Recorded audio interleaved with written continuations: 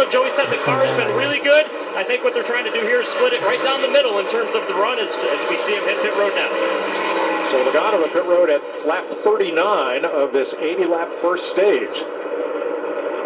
Right behind. Stenhouse also on pit road along with Connor Zilic and Daniel Suarez. Yeah, we talked about Logano's car yesterday. Definitely not where he wanted to be. It seems like they've made it better today, which they usually do, Clint. They typically make their cars better, but that's what champions do. Yeah, and he's going to lose some positions with this cycle staying out on the racetrack. But your hope is that you can gain them back with the use of the fresh tires. Carson Hocevar surrenders the lead to come in, and Brad Keselowski will cycle to the front.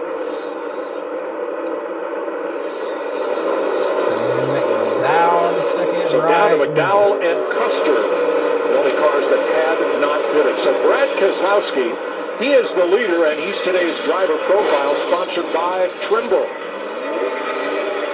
Driver number 6 still recuperating from that leg injury suffered in the off season.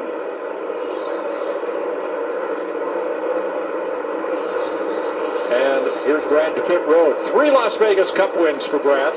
Second among active drivers. And these mile-and-a-half tracks have produced 14 career wins, more for Brad than any other track configuration in NASCAR. Well, they always get better on race day, but the thing that this 6 car has to figure out, they have to qualify better. Otherwise, they're not going to store any stage points, and they're not going to win. So, I think that Brad definitely knows how to get it done, but they got to get better on Saturday to put themselves up in the front of the pack and not have to battle that uphill battle all day. Exactly. He started 28th. His teammates started 10th and 12th. So we cycle through stops, which will bring Denny Hamlin back to the front. You better say it quick. How about Ty Gibbs, Kevin? Yeah, and right now that's going to put them in a difficult spot, trying to get by that 47 car of Stenhouse right there. Any traffic up in the front, and for Gibbs it makes it worse because Denny's able to go the opposite way of the 47 car, and then Ty's just got to ride behind both of them. Waiting for Cole Custer and Mr. Long Run Strategy, Michael McDowell, to make their pit stops. Denny Hamlin back out front. Everything's going to be executed. Like I say, we execute, we come home with a win, all right? On 3, guys, ready? 1, 2, 3, execute!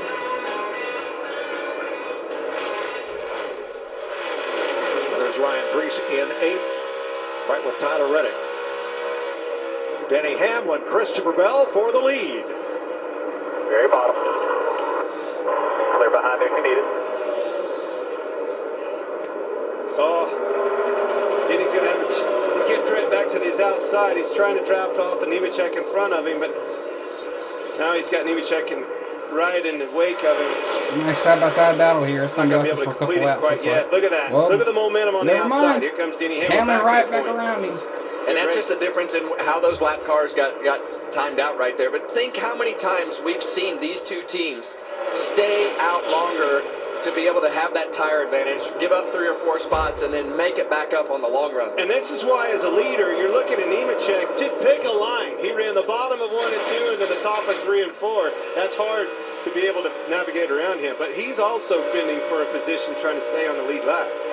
You and him. Side by side again for the lead in heavy traffic. What a mess. Look how hard he's racing to stay on that lead lap, talking about Nemechek. Riley Herbst moves over. Hometowner there in the 35. Nemechek up top. Kyle Busch has just gone a lap down.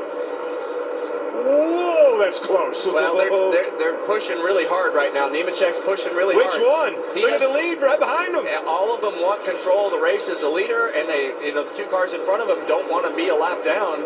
And if you are, you want to be that lucky dog. So Kyle Busch is hoping right now that these leaders stay side by side, and he doesn't have to be a lap down when it's all in. Did you see that 20 car hunting that white line? I mean, hugging it all the way around the corner. That's asking a lot out of these cars. That car is fast. But there's a lot of grip down there, Clint. If you can just rub that apron just a little bit, as you see Bell clear him right there, and partial throttle like we were talking about around that white line, it just rips that car around, especially on old tires. Now watch Nemechek give him fits. All right, I'm going to go to the outside.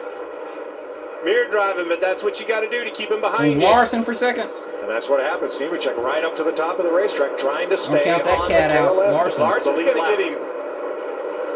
Denny's in trouble.